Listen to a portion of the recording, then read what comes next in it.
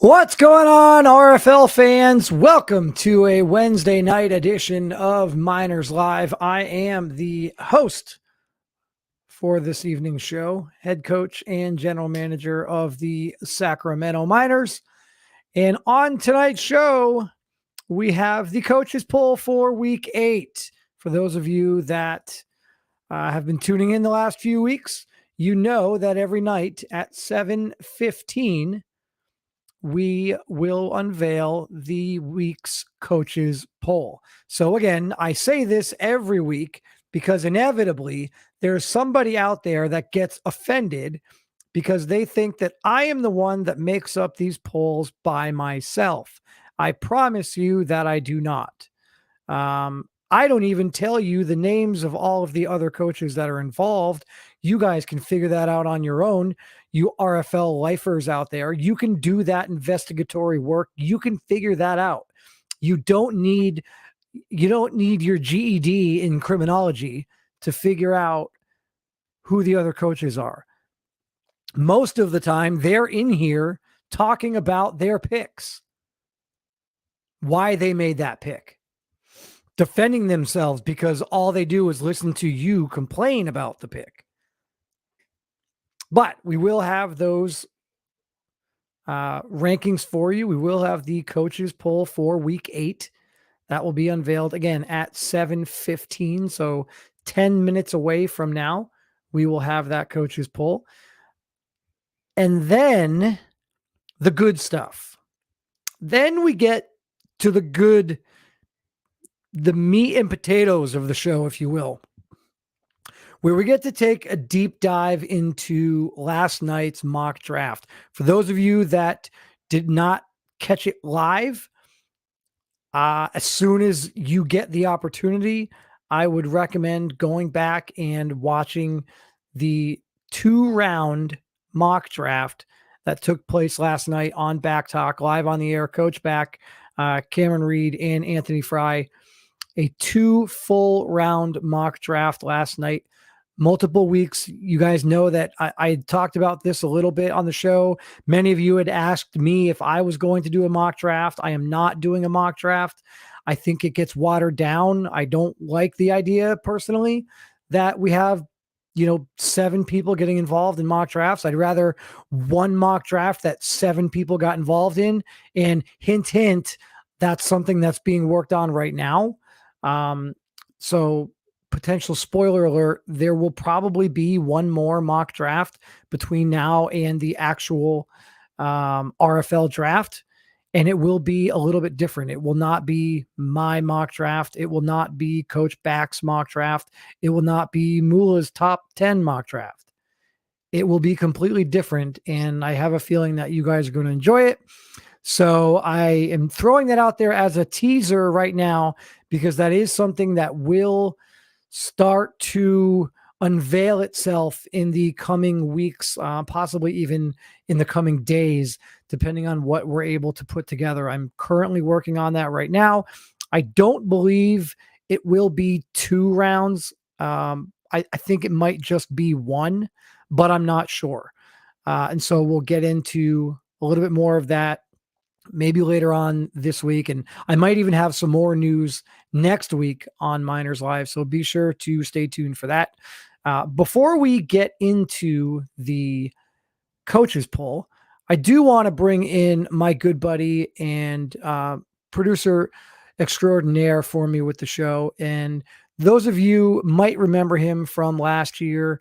He helped out a little bit, and I try to bring him on when I can. I know it's difficult a lot of times working schedules together, but I don't think he gets enough credit, because all of you guys that are currently subscribed to Miners Live, all of you guys that have a player in the college series, or all of you guys that have players in the RFL, you are invested and you tune in because you have a player in the league, or you have a player in college that is entering the league. My man Rohan, the producer, and I'm going to bring him in right here, does not have a player in the league. This is just a guy who loves the Relocation Football League and loves watching games and he may or may not be from Sacramento, California. So his favorite team may or may not be the Sacramento Miners. But Rohan, good buddy, what's going on? Hey, what's good, Coach John? I'm just gonna ask you because we're gonna do the coaches poll in a few minutes, but before I do that, I want to get your quick overall thoughts on the mock draft from last night. Yeah. So obviously my first thought, and I'm sure a lot of you in the chat would agree. I was really surprised how far Calvin Poole slipped. Just because he's a top 3 quarterback in this college series and last year. And so, yeah, just how far he slipped. I can't remember the exact position he landed, but it was like somewhere in the second round, like late second round. Yeah. And then as far as like people who did not make the top 2, like the 2 rounds, Zeke Pruitt kind of jumps at me. I thought he would be somewhere there, but obviously, there's still 7 rounds in the draft. Yeah, I mean, I'm looking back. All right, so let's start like Calvin Poole. Calvin Poole going 59 overall to the Houston Gunners. I'm telling you guys right now, I promise you, there is a 0% chance that Calvin Poole goes 59th to the Gunners. I would even go so far as to say there's probably a 0% chance that Calvin Poole gets out of the middle of the second. I would then go so far as to say there's probably a 10% chance that he even gets out of the first round. Mm-hmm. Yes. And yeah, my question is the only reason that he's slipped in these mock drafts simply because he's a generic player, and so that like lowers his draft stock? So it does. It depends on who you ask. If you ask Coach Back last night during the mock, he would tell you, no, that doesn't affect his evaluation at all. You've heard him several times say he likes generics because he has the ability as a coach to Patreon that player and boost 5 attribute points every month. So every 4 weeks as a coach, we get, if we subscribe to the player upgrade Patreon, we have the ability to receive 5 Patreon attribute points, and we can use those 5 attribute points to apply to whatever attribute we want, to whatever individual player we want. We can only pick one player for the whole season, and we have to stick with that player the whole season. And you cannot boost them over an 85. So the tough part is if you've got a player that you really want to boost, but he's got 84 in almost everything, you aren't going to Patreon him because you can really only boost him 1 point. And so if you've got guys that are, for me, for example, Chumlee was a good example. I really would have loved to have kept Chumlee. I would have loved to have kept Chumlee, and I would have loved to have been able to Patreon him. When I came into this league 2 years ago and I learned of the Patreon, I wanted to Patreon. Maybe I did Patreon Chumlee his first year. Then maybe it was someone else. I forget who it was. I wanted to Patreon. And when I looked over everything, I couldn't. And it just was like, this player they're aging out of the Madden XP upgrade where they're over the age of 25, 26, 27, where it's becoming extremely difficult for them to earn XP on their own in order to upgrade. And so the best thing to do is to Patreon them myself if they aren't a user submitted player. The problem is you've got a guy with like 87, 86, 90, 83, 83, 87, 85.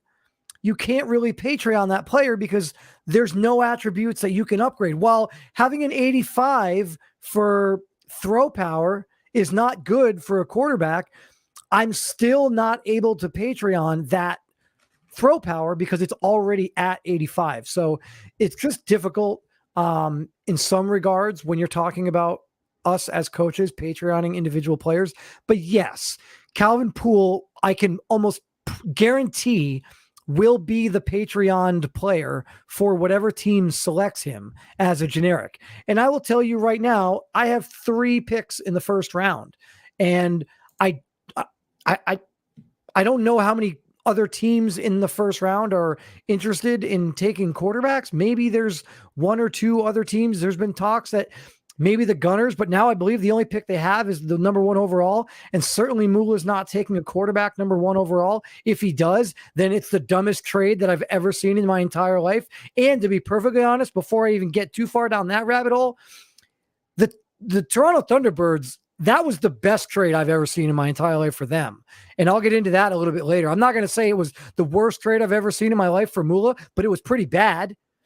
And on the flip side, it was really good for the Thunderbirds. Now, all of that being said, I don't know how many teams there really are interested in a quarterback in the first round, because I've said this, and maybe I'm the only one who really feels this way.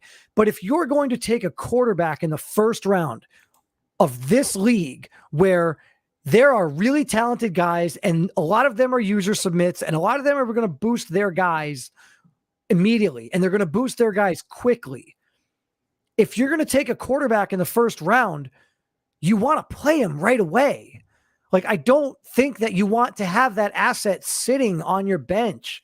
All it does is it takes away a year of their rookie contract. I understand in the NFL, when you have a player and you want him to sit and you want him to learn and you want him to grow and get better, that's not really what we have in the RFL. Unless you've got a quarterback that you draft at 65 overall, even after you Patreon him, he only gets to a 69 or something. Okay, then you let him sit. If you've got a 33-year-old quarterback, you let him sit for 2 years. The quarterback at that point turns 35. Your 69 overall quarterback is now a 73 or a 74, maybe a 75, and you hand it over to him at the age of 24. Maybe he's got star dev. That's fine. But for all the talk that, Baker might take a quarterback at 8th overall, I just don't know why he would. If I was Coach Baker, I would be going out of my way to trade that 8th overall pick unless there was a guy that I really, really, really wanted and thought he was going to be available in that range. The problem is, because there's no trades on draft day, you've got to run the gauntlet. If Coach Baker, for example, at pick 8 has a guy in mind, and if that guy's not available, then he would be more like he would want to have traded down. But that guy goes during the draft during the draft, he goes 5th or 6th or 7th overall. Well, now Coach Baker's screwed because he can't trade down, because we can't make trades during the draft unless your name is Chris Dunn and you are the head coach of the Sacramento Miners. That is the only person who is allowed to make trades during the draft. Thank you. I just don't see a fit there. You can make the case that Glenn Hay is getting older. That's fine. But Glenn Hay is the starting quarterback of that team this year. Or I should say next year. And he's on his contract year and he may be asking for too much money and they may not re-sign him. And so at that point, does it make sense to have another quarterback ready to go on the roster for when Glenn Hay leaves? Because Coach Baker probably already knows the answer to this question of whether or not Glenn Hay will be coming back. But it would be nice for him to have that quarterback on the roster this year, and let him sit for the year and be on the roster already. Yes, I completely understand that. But am I going to use the 8th overall pick to get it? I just don't see where that value is. There's other positions, and maybe there's not other positions because we're talking about the Houston Voyagers who went to the Relo Bowl last year. So there's not a lot of needs on that team. I just don't know that it makes a ton of sense for him to go out and get a quarterback at 8. If I look at the teams that are picking, and we can do this here, and I know I ran over a little bit. I'm going to get to the coaches poll in a minute. But when I look at this and I look at the teams that are picking in the top 10 of the draft, I just don't see glaring immediate needs at quarterback, with the exception of maybe one. And then, like, I know I pick at 12. And yeah, it's very feasible that I take a quarterback at 12th overall. I have one quarterback on the roster. That's Caleb Brown. I really like Caleb Brown, but he's a 71 overall with normal depth. So there is a high probability that I take a quarterback in the first 2 rounds of this draft. That said, as of right now, I have 4 picks in the first 2 rounds. So I don't know that I'm even going to take a quarterback at 12 overall. I don't think it makes sense for me to take a quarterback at 12 overall, because I just look at the quarterbacks in this draft class, and quarterbacks in the college series. I know you're not going to want to hear this, but you saw what happened to Calvin Poole last night in the mock draft. It could happen to you. You know, you mentioned Rohan, Zeke Pruitt, right? I don't think there's any chance whatsoever that Zeke Pruitt goes in the first 2 rounds of this draft. I don't think he goes in the first 3 rounds of this draft, because I think there are 9 or 10 quarterbacks in the league right now that are better than Zeke Pruitt, maybe 7 quarterbacks that are better than Zeke Pruitt entering the draft. And I don't think that 7 quarterbacks are going to get selected in the first 2 rounds. I just don't think it's possible when, you know, we saw a guy like Calvin Poole drop all the way to 59th overall. I mean, for crying out loud here, guys, the Heisman, the Mackey Award winner from last year went almost to the 3rd round, which is just crazy. And we'll get into a lot more of the mock stuff in a minute here. But I do want to get to the coaches poll. So, Rohan, I'll bring it back in a minute here. I'm going to get to the coaches poll here for everyone, because I know you guys are going to have some thoughts and opinion on that. So real quick, before we do that, I apologize. I lost the, you know what? I'm not going to go back and do week 7s, because I lost the 6 through 10 for week 7. So I'm just going to unveil the week 8 coaches poll, and get that right away for you guys. I want to just check something out here. Looks good. All right. So for those of you that haven't, I see comments rolling through. Rohan is doing a great job of trying to find some of those comments and star them for me throughout the show, so I don't miss out, guys. I do want you to have your comments and your thoughts on the mock draft ready to go. Get those questions in there. Rohan will find those and he will star them, and I'll get to them. I'll try to get to them as we're talking about those individual elements, whether it's a player that we're talking about, or whether it's, you know, a team or a trend or whatever it might be. I'm going to get to that stuff. But before I do any of that, I'm already almost 10 minutes overdue on the coaches poll. So without any further ado, here is the week 8 coaches poll. Again, this is a list comprised of coaches throughout the league. There's a total of 8 coaches that are in this group. What I will tell you is one of those coaches did not participate this week. And if I'm being perfectly honest, one of those coaches I'm thinking about kicking out, because I saw some of these. I don't know who the coach is, so I can't really kick him out.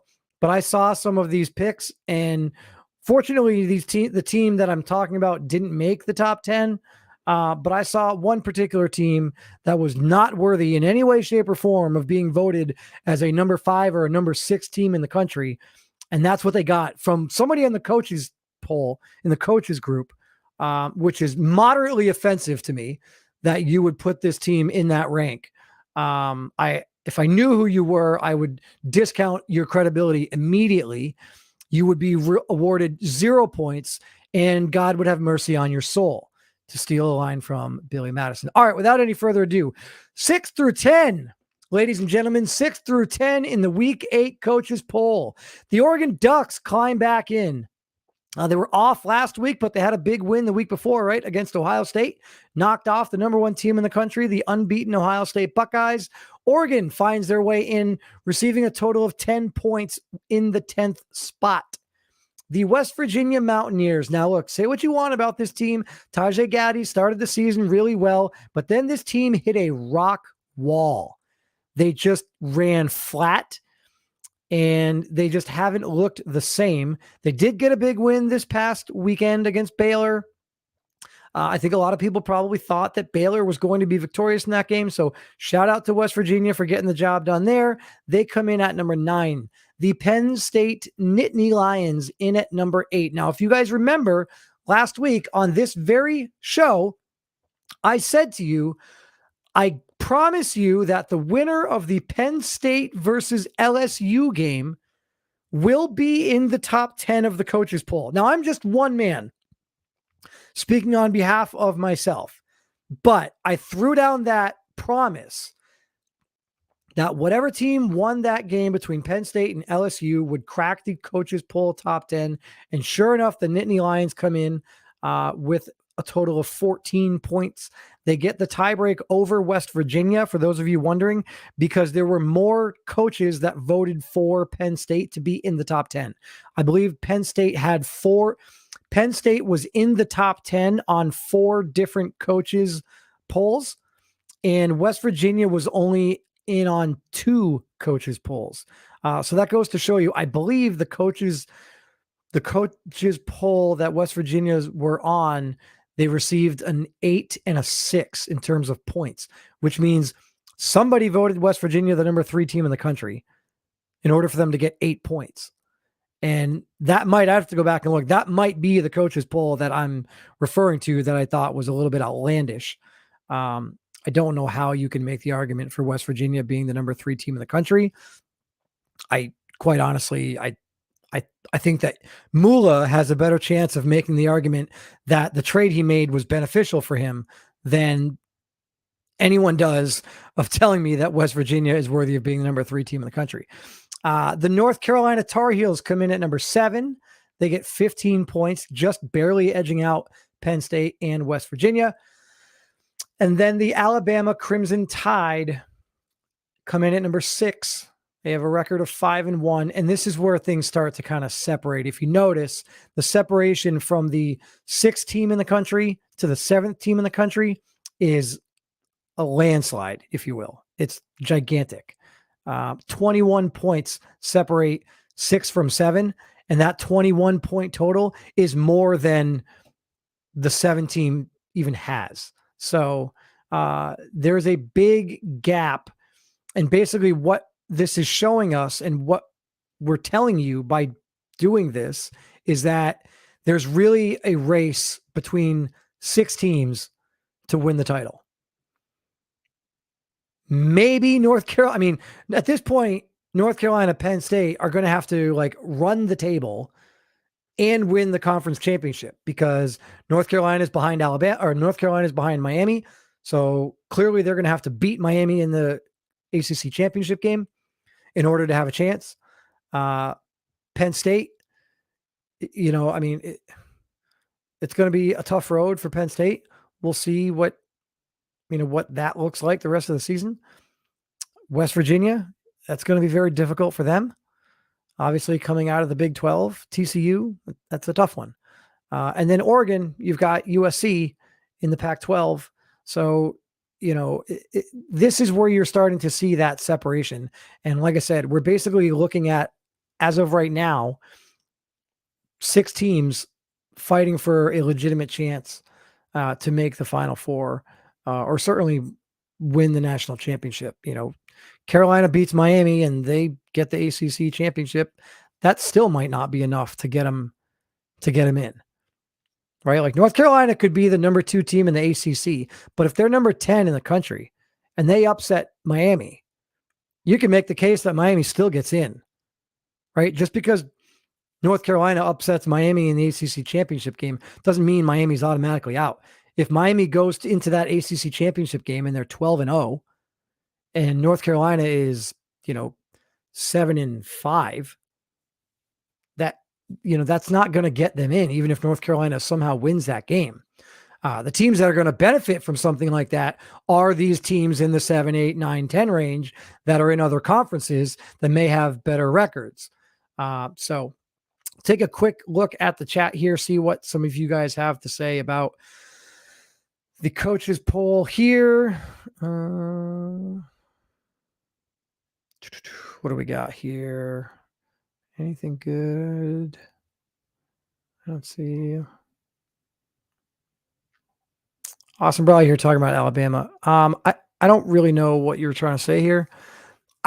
I like the fact that I think I've talked about this a few weeks now. I like the fact that Alabama is just sort of that team that is right in the middle. They're never outside the top 10. They're never in the top 3, but they're always just right there in the middle. And there's something to be said about that. You saw Ronnie Shanahan commenting earlier. Obviously, there's a little bit of bias there because he plays for Oregon, but Oregon has been in the top 10 pretty much all season. And no, they've never been in the top 3. I think the highest they ever got was 5th, and that's in the official RFL top 20, the College Series top 25. That will be unveiled later tonight at 8:30. So don't forget to tune into that. But Oregon's been there all year as well. These teams, a lot of teams like the Marylands and the Washingtons and the Texas have kind of fallen out and back in. The North Carolina, the West Virginia, Georgia, Baylor, those teams that have sort of been like in and out and in and out and in and out. Eventually, those teams are going to have to put up a run in order to make any smoke whatsoever here. So, a team like Alabama, who's been sitting there at 7, 8, 6, 5, they can make a run. This is a good team. You saw the mock draft last night. Tyler Cage is the real deal. It doesn't look like Tyler Cage is going to get out of the top 5 picks in the draft. He is the leader of that Alabama team. I did not say the leader of that Alabama defense. I said the leader of that Alabama team. I don't care how many user submits there are at Alabama. And I don't care how many of them might blow up the chat right now saying, what are you talking about? Tyler Cage is the leader of that team.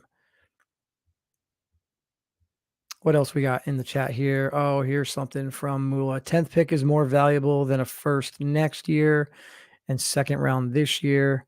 I see it's a reason y'all losing first round or not making the playoffs. Oh, he's throwing shade at me. Listen, Mula, the bottom line is you allowed a team to let's look at what the trade was.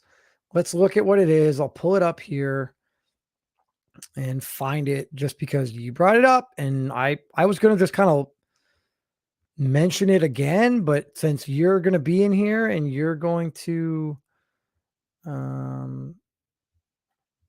go through it, then here we go. Is it? Oh, they deleted it. Let's see. Is it in the accepted? Let me find it here. I don't think it's posted. So the bottom line here, you gave up the 4th. The Thunderbirds had the 1 overall, and they were going to take Devontrez Sharkley at 1 overall. You traded it up to give them the 4. They're still going to get Devontrez Sharkley, which to them is the greatest trade that they could have ever made in the history of that franchise. It's the greatest. I've only been a coach in this league for 2 years. I bet you that's the greatest trade that the Thunderbirds ever make. Whatever, Mula, what additional stuff did you give them? What were the other? Put it in there, so I can see. You gave them. They got the 4th pick, and then what else did you give them in order to get up to number 1? Because they got the player that they were going to get anyway. And they were going to take Sharkley at 1, which means whoever was projected to go 2 or 3 is the only player that you want in this entire draft. So the Gunners received the Black Knights' 1st round pick. Guys, give me numbers here. Come on. Gunners received the Black Knights' 1st round pick. The Black Knights sucked. So what was their 1st round pick? The Thunderbirds' 2nd round pick. first round pick next year. Well, the Thunderbirds will probably be pretty good next year, so that first round pick will probably be mid. The Thunderbirds receive the Elks first round pick. What? Oh, that was the 4th overall pick, right? The Elks. The Dreadnoughts first round pick and Kelvin Lewis.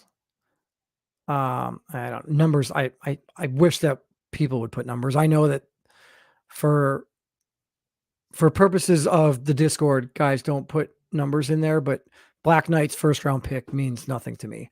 I don't have time to go through the standings and figure out where the Black Knights finished in the standings. 1 pick 15. Okay, that's easy. I know it's the 15th pick in the first round.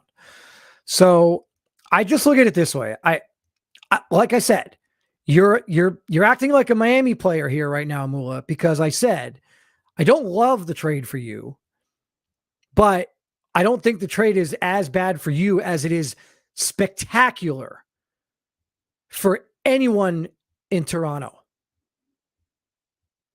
It's just mind-blowing that they're able to get the player that they wanted anyway and get additional draft capital on top of it.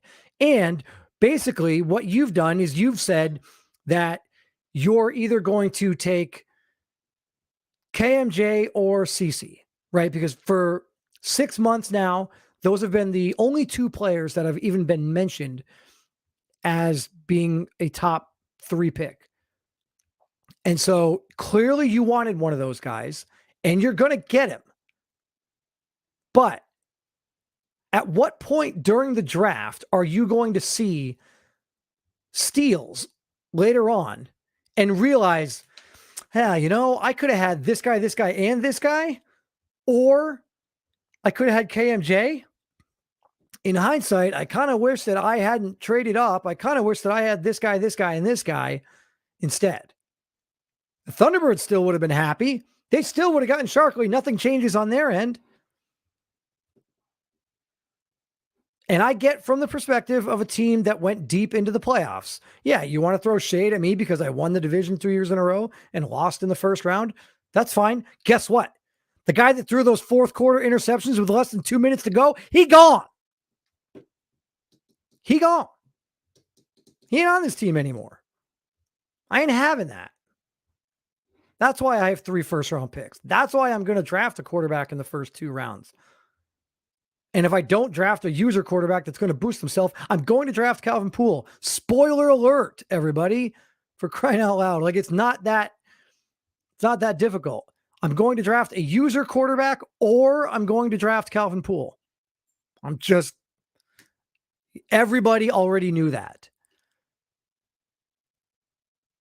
But I don't think that I'm going to do that I don't have a top 10 pick. I have the 12th. I don't think I'm going to do that at 12. If somebody in the top 10 wants to take Miles McCain, fine. Somebody in the top 10 wants to take Miles McCain and Calvin Poole, fine. Somebody in the top 10 wants to take Monty Wyatt, Tajay Gaddy, Miles McCain. I mean, like, for crying out loud, we're talking about star college players here, and they're going to sit the bench. Like, it just doesn't make sense to use those picks when a lot of these teams that have those top 10 picks may also have a mid-20s pick or an early pick in the second round. And they're going to realize, man, when Miles McCain gets drafted 8th overall to the Houston Voyagers, and then no other quarterback gets taken, and then the Houston Voyagers are on the clock again, and still Miles McCain is the only quarterback selected, or Calvin Poole, whoever, Monty Wyatt, whoever Coach Baker might like at quarterback. If Coach Baker were to take a quarterback at 8, and then he were the next, no quarterbacks were taken, and then he was on the clock, and the only quarterback that had been selected so far was the one that he took, and he took him at 8 overall, he would be pissed. He would be extremely mad that he wasted his 8th overall pick on a quarterback when he could have gotten the same exact guy 20 picks later. I am the only team that has a quarterback need immediately. I am the only team in the league that is probably going to draft a quarterback and start him immediately. The great thing about that There's a lot of user quarterbacks that have been in this league for 2 years and have built up some reloads. I don't have to take one as the 12th overall pick.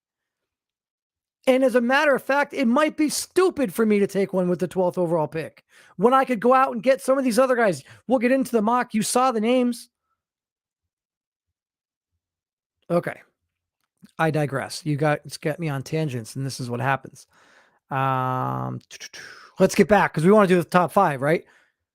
I literally just went on a tangent in the middle of the coaches poll. I didn't even get to 1 through 5 because you guys got me fired up. Mula trying to defend his trade like a. It's not a bad trade. Anytime you get the number 1 overall pick, it's not a bad trade. You have a guy you want, you go get the guy you want, fine. At the end of the day, the Houston Gunners had a guy they wanted, and they're going to get the guy they want. Just like last year, when the Columbus Explorers had a guy they wanted, they went and got the guy they wanted, and they ended up winning the Reelable. Maybe the Houston Gunners win the Reelable. But I don't think the reason the Houston Gunners win the Reelable is because of who they take at 1-1. It's different with Bill last year because he took DJ. I don't see a player that Mula is going to take at 1-1 that is going to have that kind of impact. Now, the good news is he doesn't have to have that kind of impact because Mula already has a contending team.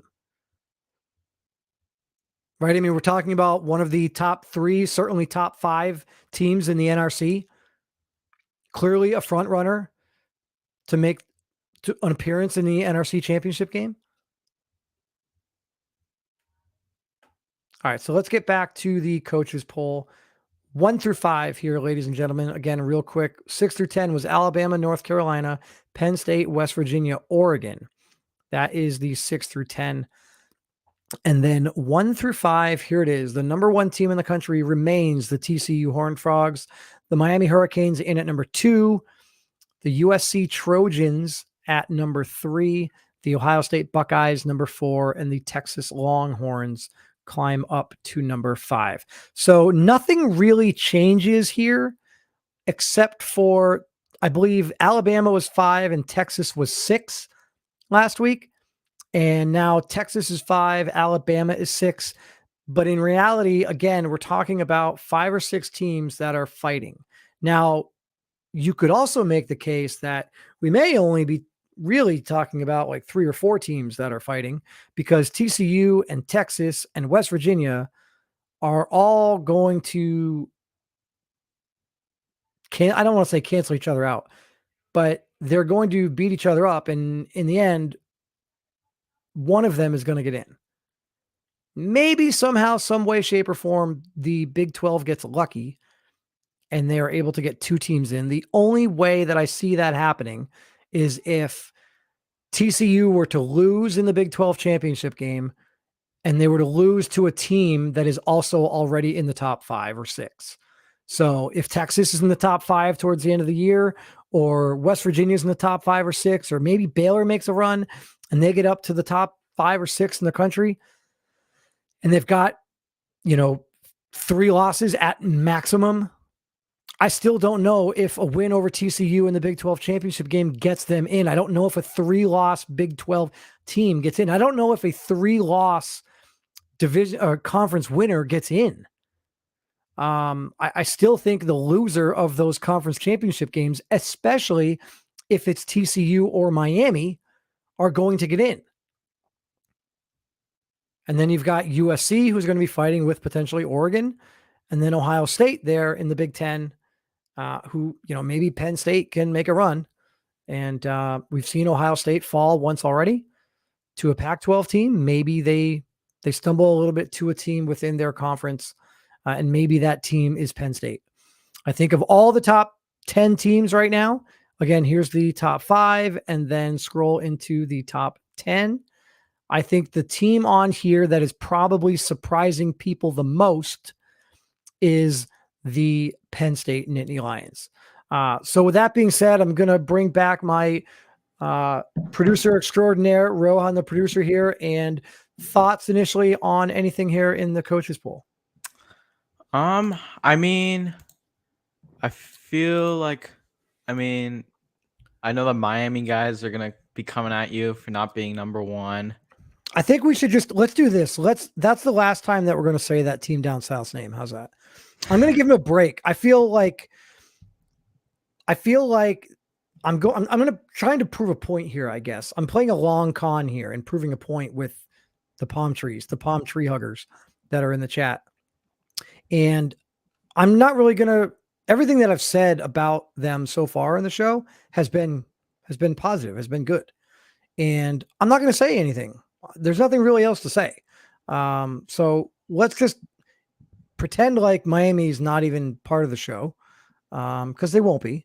And then over time, they'll just find a reason to complain. Oh, right. They'll complain because we're not talking about them. But yeah, let's just move on. They can go hug the trees all they want. Who else you got? Obviously, Penn State jumped at me. Like, I didn't expect them to be high. Even North Carolina sort of caught me by surprise. Yeah, I mean, North Carolina was in the top 10 a few weeks back. They suffered that tragic loss to South Carolina that knocked them out. I believe North Carolina at one point. Here they are now at 7. I think they were 7, to be honest. I think they were 7th overall, and they lost to South Carolina, and Maryland was up there, and Washington was up there. Oregon was there. Alabama was there, and it just didn't work out. North Carolina fell out of the top 10. So, I'm not super surprised to see them back there. I mean, they are 5-2. They do have some, tough losses. Obviously, that South Carolina one stings a bit, but, again, we can be surprised, Rohan, that they're in there, but the reality remains they're not a contender, right? Mm-hmm. Like, they're outside. Look at the point differential. They've got 21 fewer points. The coaches don't even think that North Carolina is that good. They think they're a top 10 team. Okay, fine. But they think that this is basically saying 5 coaches out there said that North Carolina was the number 8 team in the country. Because that's how you get 15 points, right? You get 1 point for a 10th place vote, 2 points for a 9th place vote, and 3 points for an 8th place vote. So they got 15 total points. So basically, that's like saying 5 coaches of the 7 coaches that participated called North Carolina the number 8 team in the country, which means 2 coaches didn't even have them in the top 10. And yet the 5 coaches that did give them 8th place votes to get them 15 points ends up giving them enough points to where they're 7th overall in the country. Right. So that 7th overall ranking, it looks good if you're a North Carolina Tar Heel. It looks good on paper. But the reality is not a single coach had you as the 7th team in the country. In theory, I think there was actually. But in theory, that's like saying 5 coaches had them as the 8th overall team. When in reality, I think it was more like, one coach had them as the 6th overall team, and one coach had them as the 9th overall team, and then 3 coaches had him at 8th or whatever. Any surprise? 1 through 5, we can't really debate much there. Yeah, I mean, I guess so. I mean, Ohio State had another scare, like they nearly Iowa played them till the end. I mean, so I feel like does Texas sort of jump them there? I mean, obviously Ohio State was dominating for first part of the season until they lost to Oregon, and then now was this Iowa game was like a game you thought that they should have taken care of easily, and they didn't do that. So right, I mean, everyone gets a trap game every now and then. I'll have to look and see what Ohio State has on the schedule. So this Iowa game, I mean, South Carolina, that's an easy one. Yeah, I mean, it's certainly not a trap game because they weren't exactly looking ahead to South Carolina. They could beat South Carolina with 7 guys on the bench and me and you starting. West Virginia game, I mean, who knows? They had a bad game. But at the end of the day, what's the difference? I'm not going to go there. Never mind, I can't. All right, so let's move on. Let's get into the mock a little bit here, and I want to pull up. I'm going to try to share my screen here a bit so we can go over these. Let's see. This is the time, guys. If you have questions about the mock draft, if there's things that you saw in the mock that you would like me to discuss, now is the time to get those ready. Throw those comments, throw those questions in the comment section, and Rohan will do his best to star those and get those ready so that we can get to that. We can get to that for you guys. Let's just make sure. All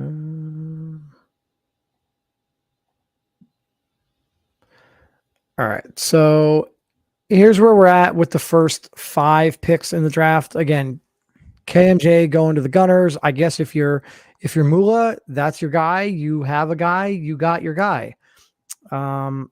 You can't fault him for that. Personally, I just think that we'll get into it a little bit later. Maybe there's other defensive ends that he could have got and addressed another position of need. Maybe he just doesn't want to. He wanted a guy. He's going to get his guy. The Dreadnoughts going CC. That's kind of chalk. The Barons going offensive lineman. The Thunderbirds going Devontae Sharkley. I think at this point, this is the best pick in the draft. I don't care what happens at 1, 2, or 3. If the Thunderbirds get who they wanted at 1 and they get him at 4, it's the best pick in the draft. The Shamrocks getting Richard Grooms. I think by many accounts, that is the best corner in the draft. So for them to get him at 5, I know there's a lot of love for CC, but I think there's a lot of people out there that might say Richard Grooms is the better talent. And so for the Shamrocks to get him at 5, I think they would probably consider that a win. Alvin Mack, I think that's high. Alvin Mack is a beast, but I think that's high. I think the Baylor defense gets a lot of love. They get a lot of run. And I was a little bit surprised to see him go there. And I was even more surprised to see him go to the Riverhogs. The Riverhogs used, I believe, I think they used their first 4 draft picks in last year's draft to take linebackers. Like, that's crazy. And to mock them with a linebacker in the first round again this year, it's like, well, why would you draft first round linebackers last year or early second round linebackers last year and then turn around and basically draft on top of them in the first round this year? You're basically saying to the linebackers that you drafted in the first round last year, hey, maybe you're not quite good enough. Maybe you're going to get shoved. Oh, you're a middle linebacker? Yeah, maybe you're going to get shoved to outside linebacker. But even then, I'm pretty sure Mitch drafted 4 linebackers. So if you draft another one, he's drafting backups at this point. And I just don't see the reason to draft backups this early in the draft. The Huskies taking Monty Wyatt. See, this is where everyone talks about quarterbacks. If the Huskies want to go get their quarterback and Monty Wyatt's their guy, look, yeah, okay, Monty Wyatt's having a little bit of a down year. Guys, short-term memory. Monty Wyatt was an absolute stud last year for Ohio State. And no, he didn't win the Mackey, but he was a beast for that team last year. And this year, things aren't quite the same. Fine. But it would not surprise me at all if Monty Wyatt was the first quarterback taken. Miles McCain is the one that everyone likes to talk about, but you guys are forgetting Monty Wyatt doesn't have a wide receiver selected ahead of him. He's got one selected right after him in Caleb Houston. But Miles McCain has the benefit of throwing the ball to this guy right here at number 4 in Devontae Sharkley. Oh, and by the way, Amari Harris, whose name you'll see here as well. Right? So Miles McCain is fantastic. I would love to have Miles McCain on the Miners. It'd be great. But I would also love to have Calvin Poole on the Miners. I would love to have Tajay Gaddy or Monty Wyatt or any of those guys, especially if it meant that I could get them later on. And this is where I just don't agree with a lot of how this mock shaped up, because I just don't imagine. I can't imagine 2 quarterbacks being taken in the top 10. I can't imagine that if I wanted to entertain the idea of taking a quarterback at 12th overall, I cannot fathom that I would be selecting the 3rd quarterback off the board at that point. It just is mind-blowing. And to be perfectly honest, if that's how it shakes up, I promise you I'm not taking quarterback at 12. If 2 quarterbacks go in the top 10 and they're the 2 quarterbacks that I like the most, or, have the most ready to pull the trigger on, and those guys are gone, I'm not going to take a quarterback at 12 just because I need a quarterback. If I have 2 quarterbacks that I like more than anybody else, and they're both gone, well, then I'm just going to sit, because there's likely nobody else that's going to take quarterbacks. And so if Monty Wyatt and Calvin Poole are my 2 quarterbacks, or no, if Monty Wyatt and Miles McCain are my 2 favorite quarterbacks, and I desperately want one of those 2 quarterbacks, and they both get selected in the top 10, I'm not taking Tajay Gaddy at 12. I'm just not doing it. It makes absolutely 0 sense for me to take Tajay Gaddy at 12, and 0 sense for me to take Calvin Poole at 12 if those quarterbacks that I wanted have already gone. I'd rather just wait. I have pick 12, but I also have pick 23, and I also have pick 29. I'd much rather at pick 12 take a chance that maybe Caleb Houston falls. Maybe Caleb Houston's not going in the top 10. Maybe I can get Caleb Houston at 12 and then turn around and get Tajay Gaddy or Calvin Poole or Miles McCain or Monty Wyatt or whoever that quarterback is that isn't in my top 2. I can get them at 23. And now I've gotten the star receiver with 12, and I've got the quarterback at 23. Right? Like, for me personally, I don't envision a scenario where 2 quarterbacks get taken in the top 10 and then I take the 3rd overall quarterback at 12. Rohan, what are your thoughts looking at the top 10 here? Anything stand out to you? Yeah, I mean, there's going to be a lot of talk, people don't agree with this. I mean, that's the point of mock drafts and stuff like that. Right. But I mean, if you scroll up to the top 5, I mean, are the Barons going to pass up on Sharkley and take an offensive lineman? I mean, I know that Hampton's the top lineman in the draft, but I just don't, especially I guess for me, I'm a very offensive type of guy, and I'm not passing up on generational talent like Sharkley. He's just too good to pass up on. I think the interesting thing would be, what are the conversations going on with Roland, and is Roland having conversations with anyone? Because you're right. You bring up a really good point. We're just sort of assuming that Sharkley is going to go to the T-Birds, and that's who wanted him at 1 anyway. But for all the gas that I'm giving Mula, because the Thunderbirds are going to get their man at 4 anyway, they might not, right? Like, I'm jumping to conclusions there a little bit. They might not get Sharkley at 4 because, like you said, maybe the Barons do, right? Maybe listen, the Dreadnoughts, okay, hear me out here. The Dreadnoughts made that trade to get number 2 because they were going to go after CC, or maybe they were going to go after KMJ, right? Because the Thunderbirds had number 1 and the Thunderbirds were going to take Sharkley. So the Dreadnoughts trade up to number 2 thinking to themselves, okay, I'm going to get my choice of KMJ or CC. Well, guess what? Now the Dreadnoughts don't have that choice.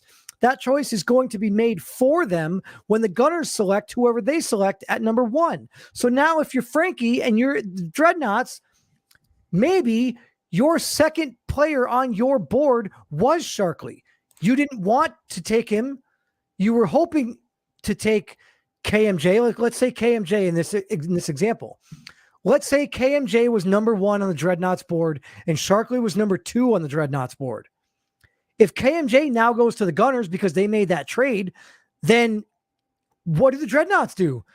Do they take CC just because?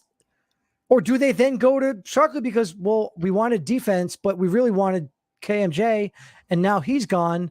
So I'm just going to go with the best wide receiver in the league, and I'm going to get Sharkly. You bring up a great point, Rohan, because at this point, myself included, we're all kind of just assuming that the Dreadnoughts are taking CC. We've been assuming that the Dreadnoughts are taking CC all along since they got the 2 pick.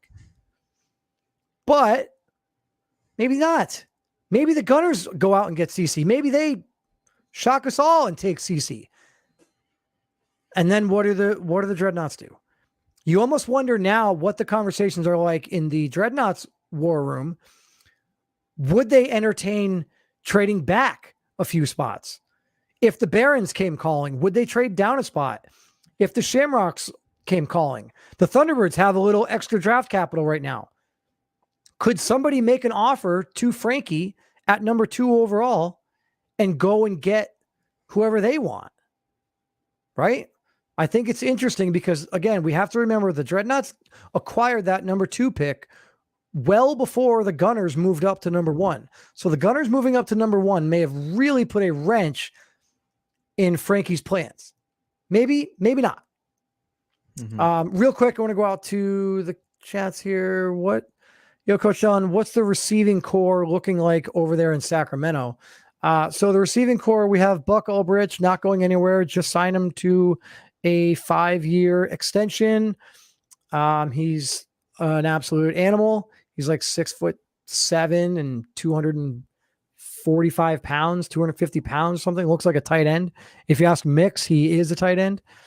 And then Pavel Frederick, who we drafted last year with a late 2nd round pick, I believe.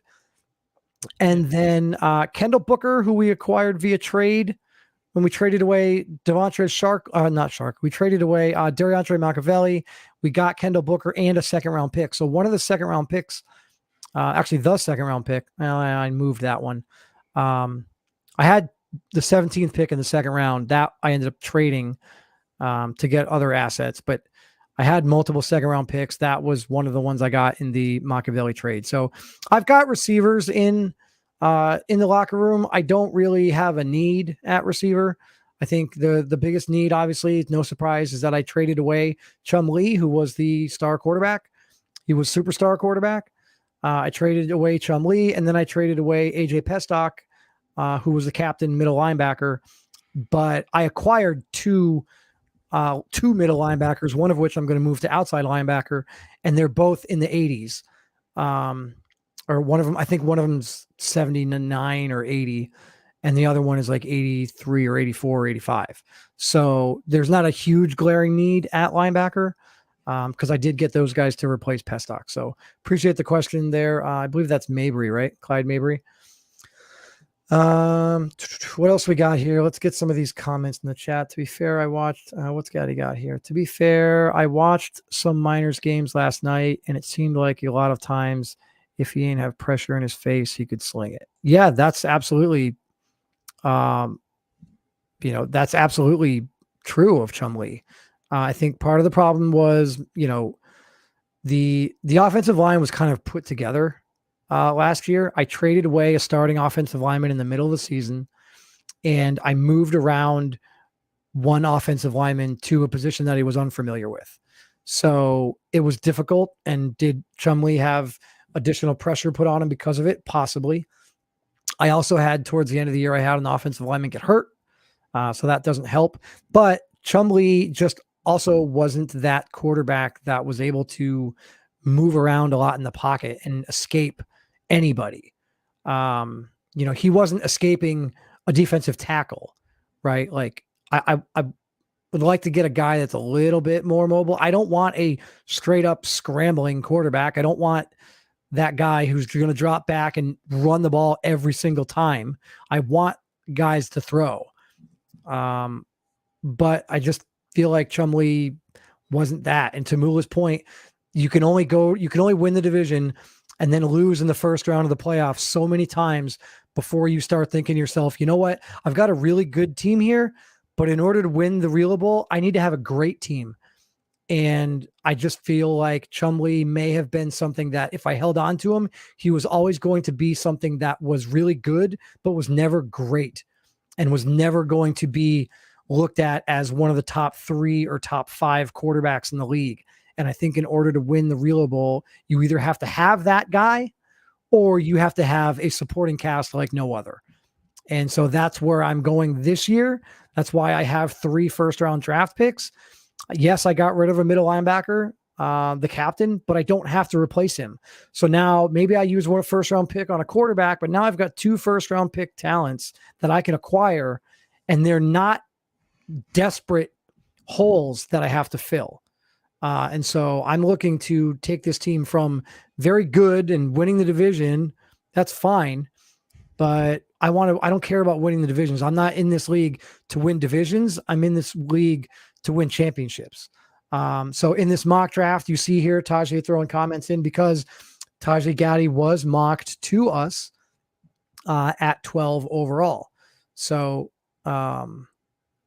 appreciate you checking out the games, Tajay. What else we got in the chat here? Here's back chiming in here on the mock. There's only 4 or 5 good quarterbacks this year, and there may be the same or less next year. So yes, the teams that need quarterbacks will be grabbing quarterbacks. You're assuming that the quarterbacks next year aren't going to be good. We have no idea. We're all kind of assuming, and we could be in for a rude awakening. Quarterbacks could be really good next year. I also think that there's a good chance that guys like Ronnie Shanahan, guys like Javier Santana,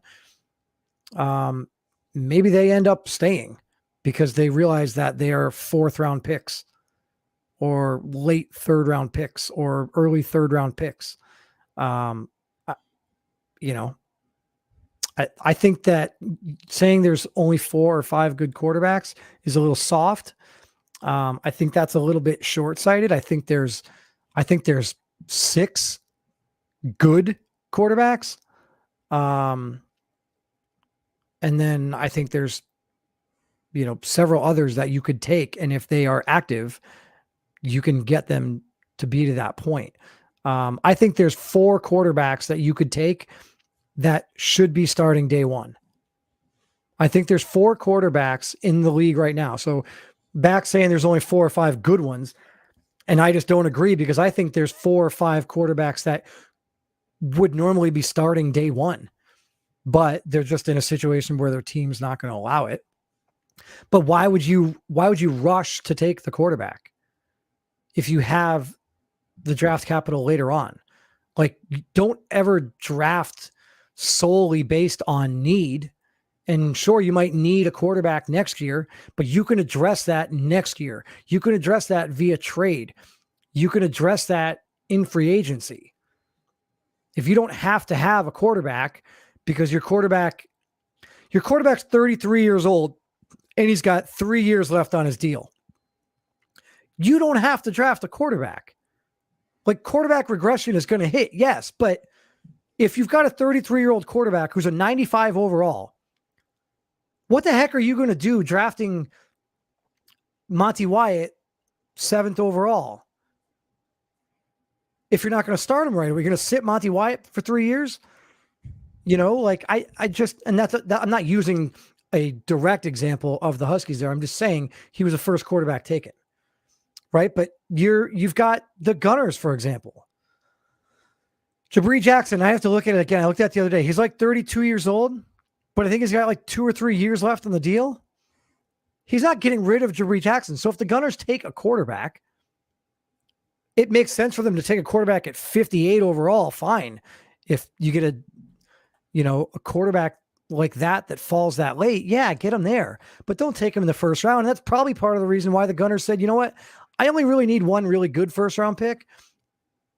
And then I'll settle for some mid-round picks and get some of the other guys later.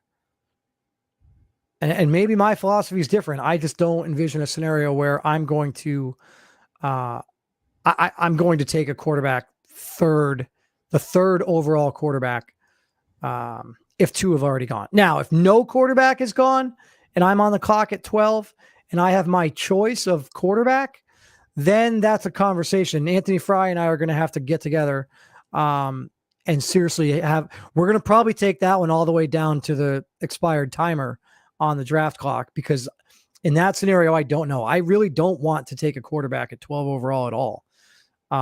But if there's none taken ahead of me and I have my choice, then I might just go and get the guy, just like Mula, right? You've got a guy you want, go get the guy you want.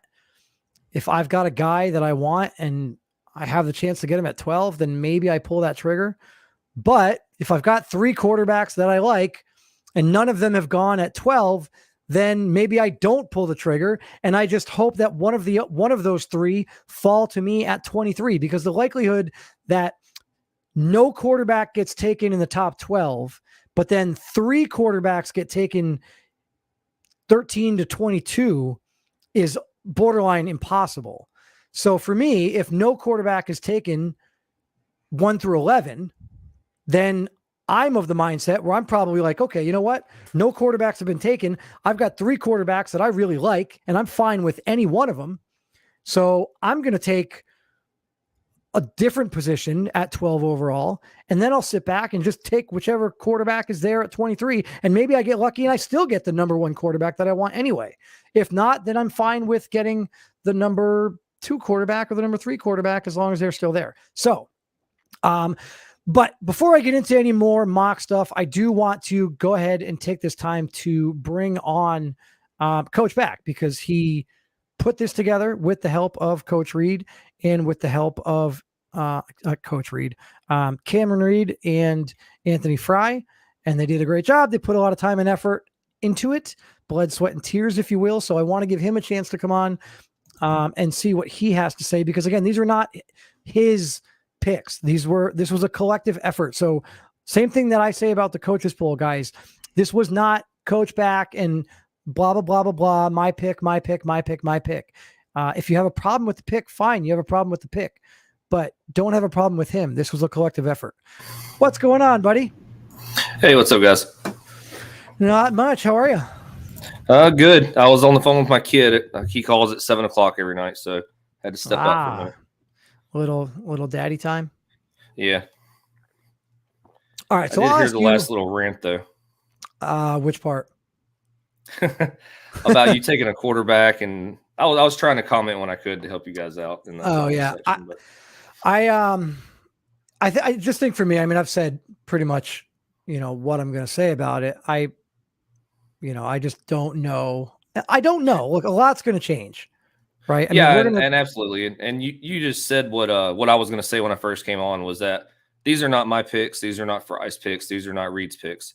There were numerous times where we butted heads, and so there were 3 of us, so the majority had to win. So to get the majority vote, we had to go in a completely different direction than either 3 of us wanted to go to start with. So some of these picks are like that, mainly the Miles McCain, your pick, and some of this is for entertainment value, right? You don't want to put what the Miners are really going to get at 12, because you're probably not going to take a quarterback. So I could totally see you taking a quarterback, right? But I mean, it's to get some light on some of the guys, especially that's why we wanted to do 2 rounds, to get some light on some guys that may not get some light. And actually, shout out to everybody that sent me a DM after thanking, basically getting some spotlight shined on them or shown on them, and thanks for showing it on the show again and going over it, because they are fun. People love to hate them, people hate to love them, so it is what it is. Yeah. So here's a classic example, right? Let's do this for fun. And I'll use me as an example, because I don't mind. I mean, it's no surprise. Okay. I need a quarterback, right? Like, yeah, fine. Yeah. This isn't breaking news. Am I going to take one at 12? Maybe not. There's probably less than 50% chance that I take a quarterback at 12. Again, believe me, don't believe me. Can things change? Like it is what it is at this point. It doesn't matter. But what I will tell you is that to see a guy like Joel Howard available at 17, I can tell you right now, if no quarterback is gone and I'm on the clock at 12 and I've got 3 quarterbacks that I like, I am running the risk. And I'm taking a guy like Joel Howard at 12, and then I'm hoping that I get one of those 3 quarterbacks that I like anyway falling to me at 23. I'm I'm not, forcing myself to take the quarterback at 12.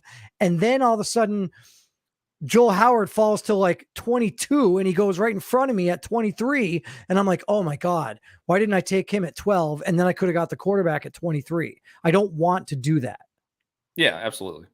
And it's all a matter of taste, right? I mean, so say the Explorers do pull the trigger on a corner. What if they go with AG3 there instead of Joel Howard?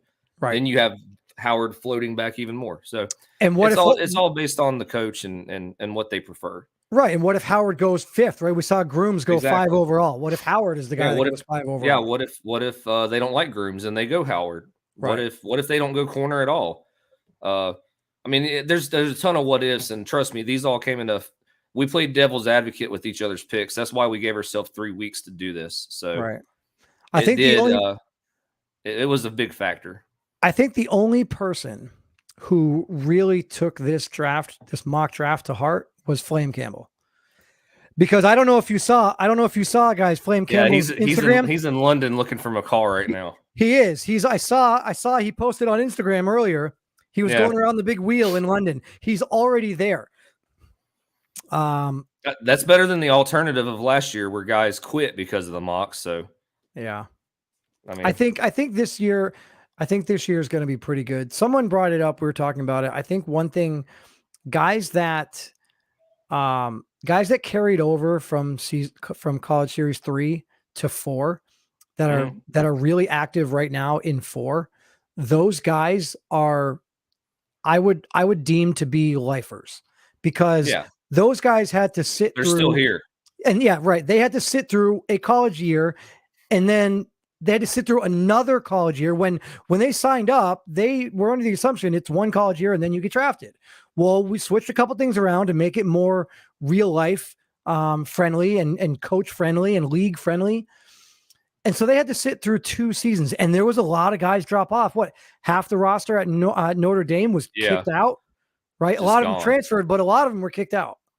Yeah. I think if I remember correctly, there were like 43 users that got booted for not checking in out of like 200 I might be something. Yeah, out of like 280 something. Right. And then so that knocked it down to like 220-ish, and then it was like 180. I'm not counting generics. So then it was down to like 180, and then we had like another 45, 60 somewhere in there that came back. Yeah. Shout out to the remaining 200 plus guys that remained. I'm going to try to get rid of some of these. Rohan, if you can get rid of some of these ones that I've already pulled up. I just don't want to do it because I don't want you to be in there too. What is this? What is Austin Briley talking about? Makes me wonder what Dunn thinks on me. Dunn is. He just keeps trying. He's been fishing all night. What is he doing? Been fishing all night. What is this? I just don't think Logan is the worst QB in the series. They were having are you looking at like starred messages or something? Yeah. A while back, I think. Okay. Yeah, they were having an Alabama. I was in the chat for that one. He was saying Alabama isn't as bad as they as everyone keeps saying they are. Basically, him and Mabry were kind of having a button heads about that, because I have Alabama since preseason winning the SEC, and they're proving to be doing that so far. So we'll see what Georgia can do on the last little run. But oh my God! And Reed just totally called me out, and he's 100% right. I was talking about the Snowhawks, and for some reason I kept talking about the Snowhawks as the Riverhogs. You are 100% right. That's when I came back in. I said, "What did I miss?" And somebody said, "You were talking about apparently Mitchie coaches the Riverhogs now." So it's funny, when I joined the league, I think your like league announcement went up like 2 days before mine or something, maybe a week before mine. And when mine went up, the Riverhogs had a coach. They did, And I was under the impression that there were 5 or 6 teams that were available. And when I interviewed, the Condors had a coach too, and I would have taken the Condors. Yeah. And I interviewed, and there were 5 or 6 that I thought were available. And then at the end of the interview, when they offered me the opportunity, they told me there was only 2 teams that were available. And I was like, huh. And the only 2 teams that were available, do you remember who those 2 teams were? It was probably the Conquistadors who I took. And maybe the Diablos. It was the Diablos. Yeah. So the only two teams that I could have chosen were the Conquistadors or the Diablos. So you And were I in Mexico said, City regardless.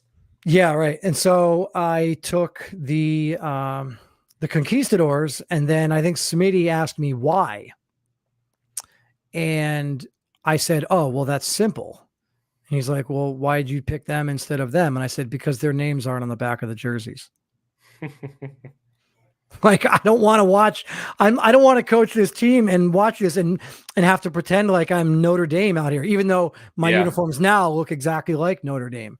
You Yeah, know, they I do. want to be able to call guys out by name and not have to memorize their numbers like that. The Monarchs were gone by then. Yeah, someone was here. Who was the Monarchs? Schroeder? I can't remember. I just remember he Schrader? was I just remember he was a lawyer. I can't remember what his name was, but yeah, he was here, but I didn't know if he was here before you. Or you know what it may have been? The Monarchs may not have been, because the Monarchs coach got booted and he totally screwed up the franchise. Yeah, that was I the think- year before that we came in. Yeah. So I think maybe somebody didn't allow anyone to coach them because he wanted to take over them.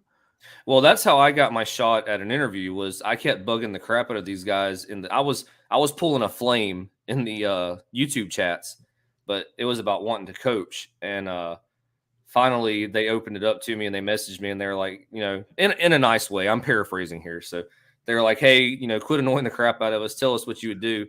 And Right. so I used the Monarchs. I already had a full workout or a full write-up written on the Monarchs and what I would do with them and basically to revive them. And they were like, That's- oh, you know, this sounds great. Can, you know, so go apply. So that's how I got my shot.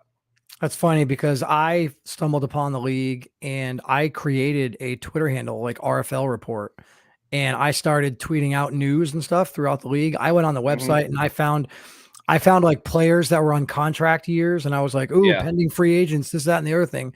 And I started getting DMs on my Twitter that I created from Smitty and from Mitch and from other people, like, who are you? Like, what are you doing? Like, and I was like, what do you mean? What am I doing? I'm just, Yeah, think this they is were cool. pretty. They still are protective, but they were I'm pretty like, protective. well, I guess it turns out that I think one, they were being a little protective, but two, I think they were also a little bit impressed because I was saying stuff that was like rather knowledgeable, considering that I had just started following a couple of months earlier. And then interviewing the rest. So I want to get to a couple of things because we only have about 10 minutes before the RFL podcast. Yeah, I saw that. Here we go. Here's one. Personally, I don't see two running backs going first round. It seemed like there's so many submitted Smitty guys. just posted it's not until 8:45, so you got a little bit longer. All right. Sorry, So I didn't we mean to got- interrupt you. No, you're good. So personally, I don't see two running backs going the first round. So what he's talking about here is, if you look at 25th overall, the Lancers. Yeah, he said that last night too. It was because we Take have my- Hodge and D'Amico, but that's 1A and Right. 1B. Those are definitely first round draft picks. Well, no, you have, no, Parker at 28. Yeah, and that's Parker's. Like we were saying last night, he's another one of those that all three of us couldn't agree on what to put there.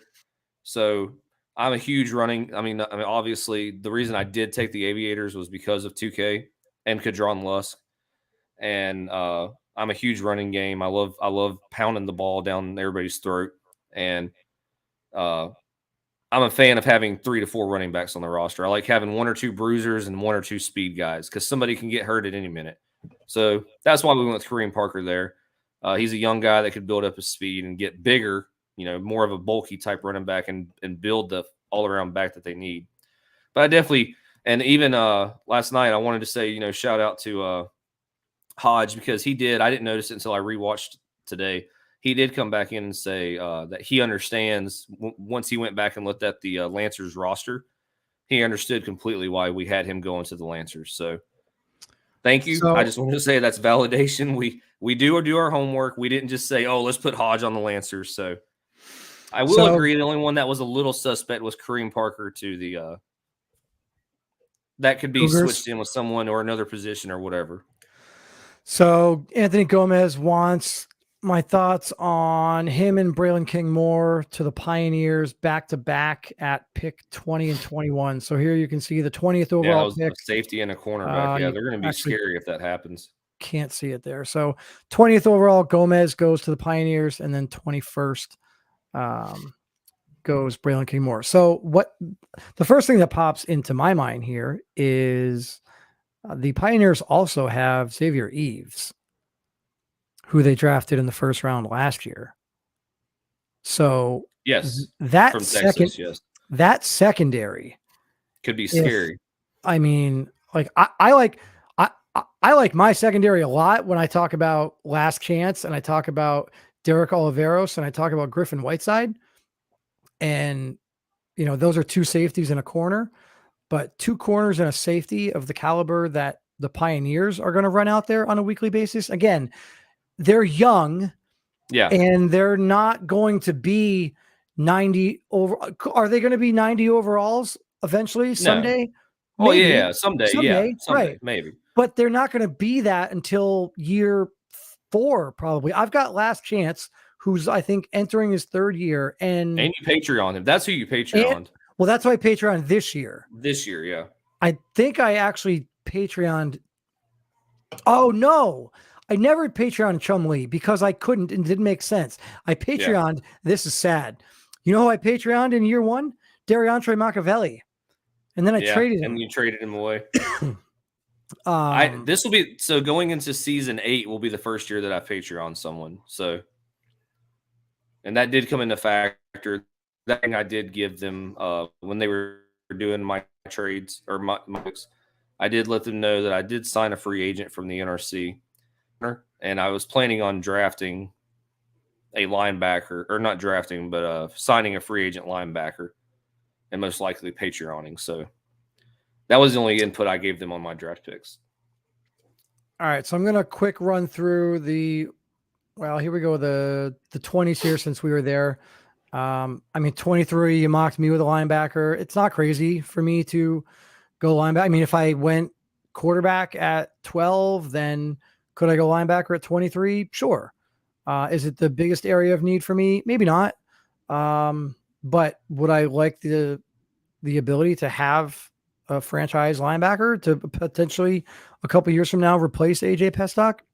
Absolutely. So I don't hate the position mock for me there at 23. What do we got? And Let's again, go to the if next you don't one. take the quarterback with your 12 or 13, 12, then all your Right. stuff either moves up or you've Right. swung the draft. So Right. I could take that's a what I was saying corner. last night was depending on people get trigger happy too. If you do want a linebacker and you see 4 linebackers go in front of you, you're most Right. likely going to pull the trigger on a linebacker, even if you had go the opposite direction, even if you had a wide receiver picked or Right. pegged. So It's it's all tough about too what the because guys do in front of you. it's tough too because when you see that happen, a lot of times when guys do that, when you see a trend and then you take a position just because 3 of the same position went right in front of you, Yeah, the guy's not that good. exactly. And you're like, oh my God, I just used a 1st round pick and I got a 67 overall, with my 1st round pick, or a 65 overall. You pull a tour and draft a 50 something in the 2nd round. Yeah. I mean, we might see some 67 overalls in the 1st round because I know that, the grading scale is going to be a little bit more strict this year. I thought it was pretty strict last year. I did too. I thought TJ Metcalf was the best defensive end in the league. You and I have talked about that in DMs for And a he- year now. And he came in at like 72 overall. And I promise you, KMJ is not coming in at 72 overall, and he's the best defensive end in the league. So, Well, that's the same thing with Rip Montez. He was a beast at Miami, and he came in at like a 67, 68. it's crazy. Charles Hemingway offensive line. Look, I've said this about Baylor offensive linemen this year. I've got They're all getting concerns. drafted. They're all getting drafted. Yeah. I hope that their RFL careers Translate. I hope that they're better than their college, Yeah. because I mean, I feel like there's been some issues, and maybe you can blame it on the quarterback play, blame it on the lack of a running game, blame it on being extremely one-dimensional, and maybe a lot of these guys are more of a run blocking archetype than they are a pass protector. I will say that they are. Baylor. I think that's where they fail. Is they're set up. Their offensive line is set up to run, Right. and their playbook is set up to pass. Unfortunately, it is what it is. Well, and their best players are receivers, so you want to pass all the time, and And they don't have the quarterback for it. they just get exposed, and then they're like living in purgatory every year. They're never going to be a top 3 team. They're never going to be a bottom 10 team. They're just always going to be somewhere in that 7 to 15 range. And actually, Baylor's going to be worse once they go to the NCAA game, because they're going to go from having 40 or 20 whatever user submitted guys to a 2-star college in the NCAA game. So yeah, that's going to be rough. The end of the first round here, Voyagers get DJ Evans. I mean, so there's a classic example. Like, if the Voyagers had the 8th pick, so here's an example where I could envision a scenario where at the 8th pick, he would be more inclined to take DJ Evans or Caleb Houston, right? Because Caleb Houston went 10. Take the wide receiver at 8, and then take the quarterback at 31, which, who's the next quarterback that was taken? I think there was one. Well, Monty Y is pretty much going to the Huskies. I mean, I think that's a given. Smitty has said multiple times that he wants a user-submitted quarterback to sit a year on the Huskies. So, I mean, it might be Tajay Gotti. Tajay Gotti's having a better year than Monte, in my opinion, right now. And no, that's no shot. I'm an Ohio State fan, but I could totally see those flip-flopping. So, I mean, Tajay's having a really good year. Tajay is having a really good year. I mean, nothing really strikes me here. Offensive line, like, I guess the theme is that, and I know you guys talked about it a bit last night, if you are an offensive lineman and you are active, you will get drafted, and you probably will get drafted. You'll get drafted within the first 3 rounds. Absolutely. And it'll be another one of those panic things where they start going, so the coaches are going to grab them. Right. But I'll tell you right now, if there's 3 or 4 gone in front of me at 32, I'm grabbing an offensive lineman at 32. Yeah. I mean, I'm doing it. There's no secret, because they're going to be gone. But again, to my point earlier, it's going to be rough when you get that guy and you realize that he was like, he's a 64 overall. Right. And you're like, God, why did I do that? Why did I do that when, Caleb Houston or Trey Drain? Like, why didn't I get Trey Drain when I, who turns out to be like a 72 wide receiver as a rookie instead of, 64 overall offensive lineman? Like, there's going to be a lot of second guessing ourselves. I do it all the time. I did it last year. Dude, we made this mock, and we went through it, and we were like, so is it good? And we all 3 went through it multiple times, just second guessing the mock. So you can imagine how many times I've already looked at my actual board. It's insane. I think we're going to deem this grouping here the Baylor bunch. Yeah. Isaac Evans, Olin Shaw, Wally Herman, Baylor. I like this grouping here. I think this goes to show some of the depth, in the draft. Yeah. I think I said last night that, and this is another one, Alex Jackson, he's a steal at 41. If someone else grabs him before, I mean, I could totally see that happening. Let's see. Linebacker, safety, linebacker. Here's the first tight end to the Snowhawks. No, I think this is Chandler Back went to the Diablos. Oh yeah, that's right. That could easily be. The only reason we gave them Chandler was because he's he's the second least active, and it's a user coach, obviously, with Forbes. So he's the least least active user, and but the highest overall. So that's why we made him go first. I could totally see Sharp or Weeks going there, maybe even a Peyton Cash, but I think this next grouping here, I think this middle part of round 2, I think this is where we are going to start to see the drop off from the really good guys that we think have really good high potential to the guys that are just on the roster. And yeah, absolutely, they'll get playing time. When guys are, fatigued, if there's an injury, guys will come in. Guys that get lost in free agency, maybe these are the guys that can step up for guys on contract years. and depending on the position too. But I look at something like Joel Boone, for example, to the Snowhawks. I haven't looked at Mitchie's offensive line. I don't know if Joel Boone here in the middle of round 2 is a day one starter for him. No, probably not. And that was what the thing was he has we said it last night. He has a team on paper, which you do the mock by paper, right? And he has a team on paper that has no weakness. I mean, on paper they look unbeatable.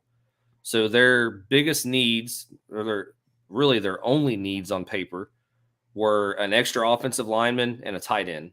So that's why they got Weeks and Boone. Now, I can see them. I can see them grabbing a splash player like Gregory Ashley, or even they don't need a wide receiver, but the way Mitchie is, he likes those flashy players. He could grab Flame Wilson or not Flame Wilson, Flame Campbell or Clyde Mabry or somebody. Even Huncho, he likes Huncho. This group right here is intriguing because these are all names that we're looking at 53 through 57, and I could make an argument that at minimum 3 of these names in this group of 5 could potentially see their name called in the first round. Absolutely. Or the third.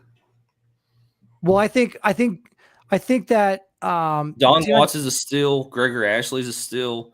And I think Flame Campbell could. Yeah, depending on how Flame keeps playing, he could slip in there ahead of DJ. I mean, ahead of some of these other guys that someone looking for a quick, shifty slot or that number 2 wide. I don't think he's a 1 yet, but somebody in that slot or number 2 spot, somebody could grab Flame.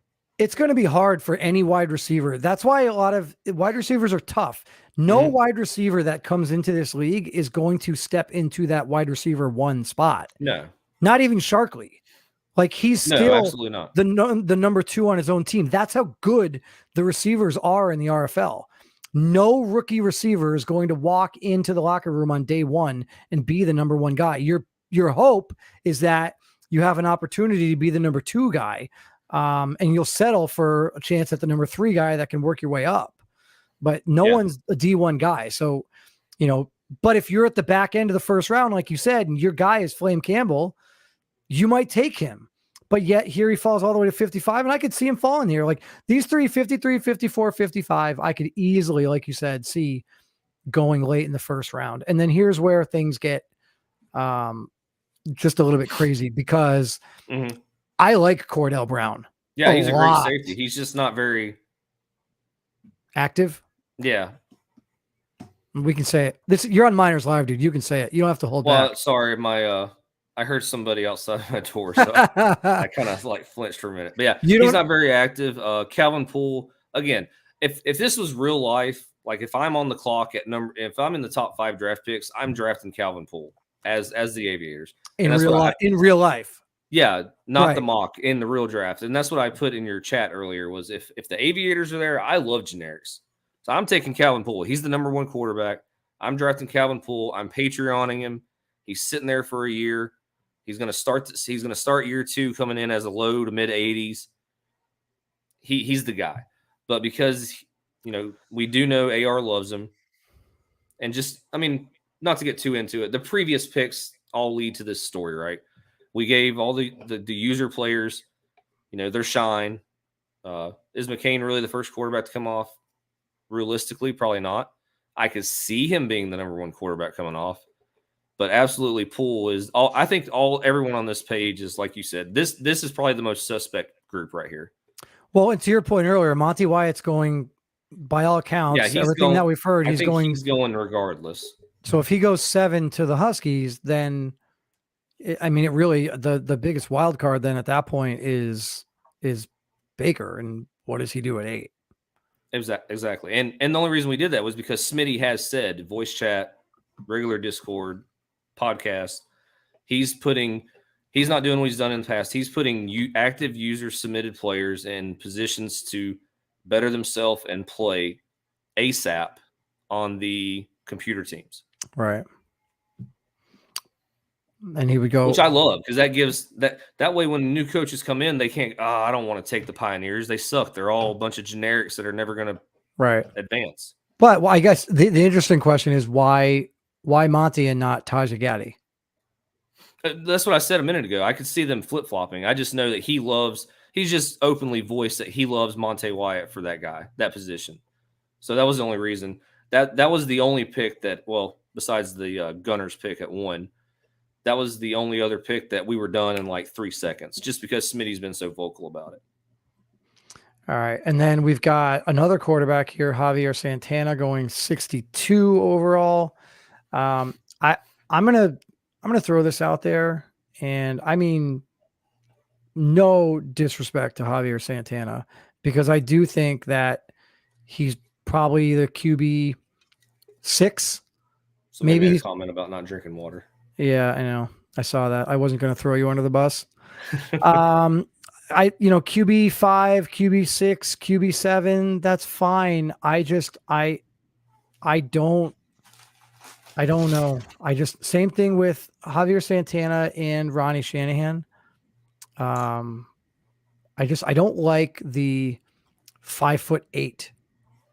5'9". Okay, sorry. I don't like the idea of a quarterback being 5'9". And I don't want people to come in here and be like, "Well, what do you mean? We'll get Drew Brees." Really? You're going to compare Brees yourself? Is 6 foot.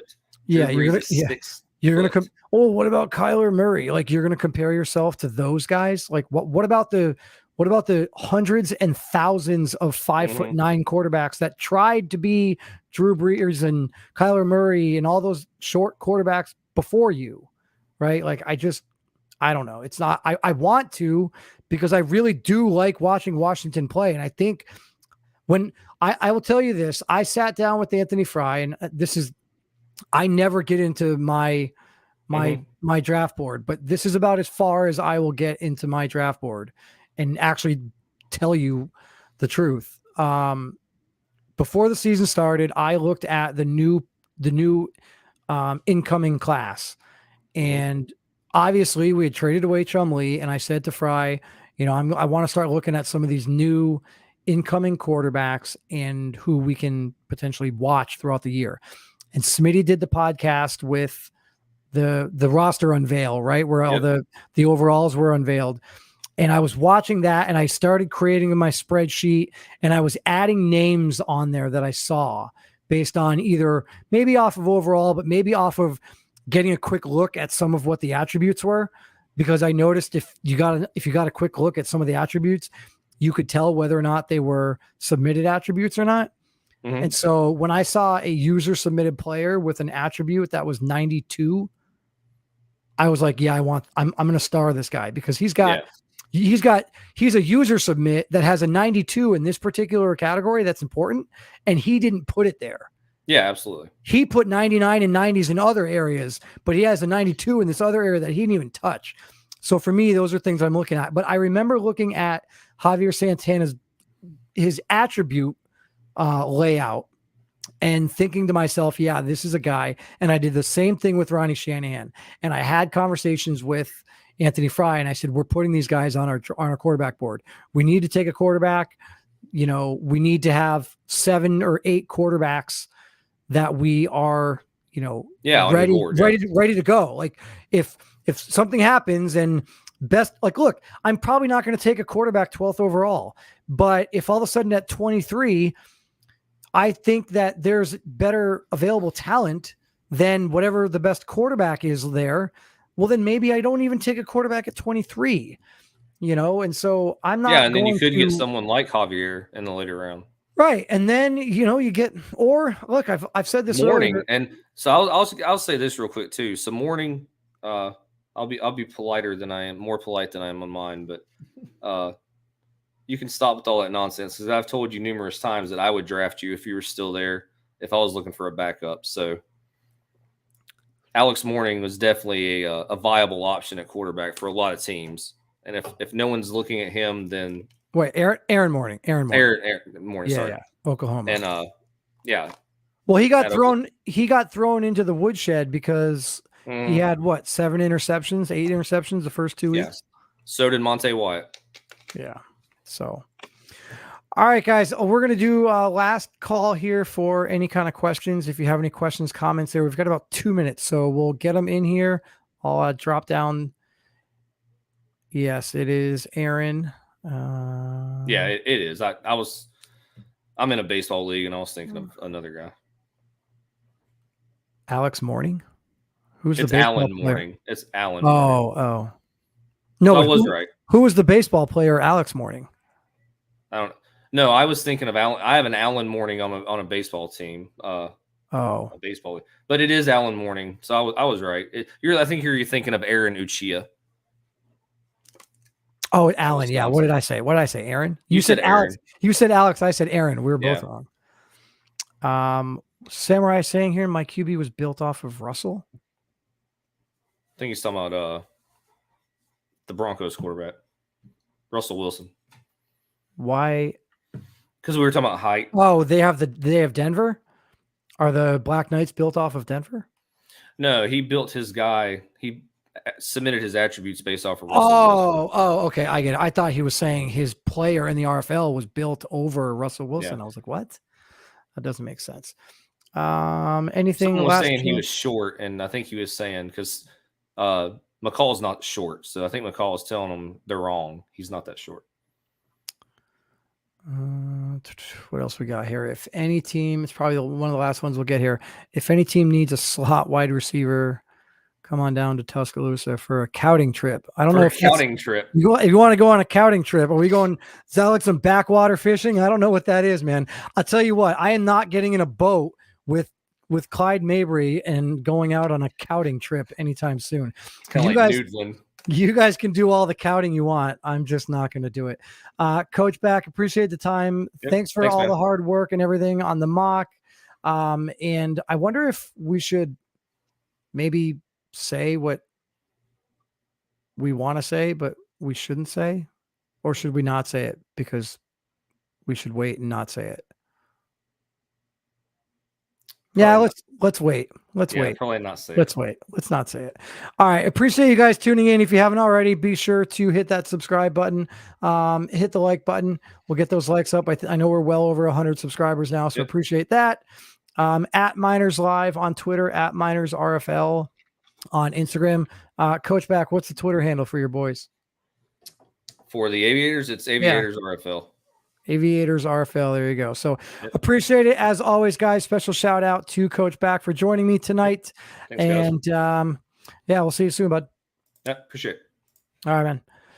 So that's going to do it for me tonight. The RFL podcast is kicking off momentarily right now. So be sure to get on over there and check that out. You can get the recap for week 7's games as well as the it'll be the top 25 for week 8. So you saw the coaches poll. You'll get a chance to kind of see what the coaches poll looks like up against the actual top 25. So until next time, again, special shout out to my guest, Coach Back, for putting together that mock draft with Reed and Fry. And as always, special shout out to producer Rohan the Great, in the back for taking care of some of those comments for you guys as well. So until next time, we will see you next week, same time, Wednesday night, 7 p.m. for another episode of Miners Live. Take care, everybody.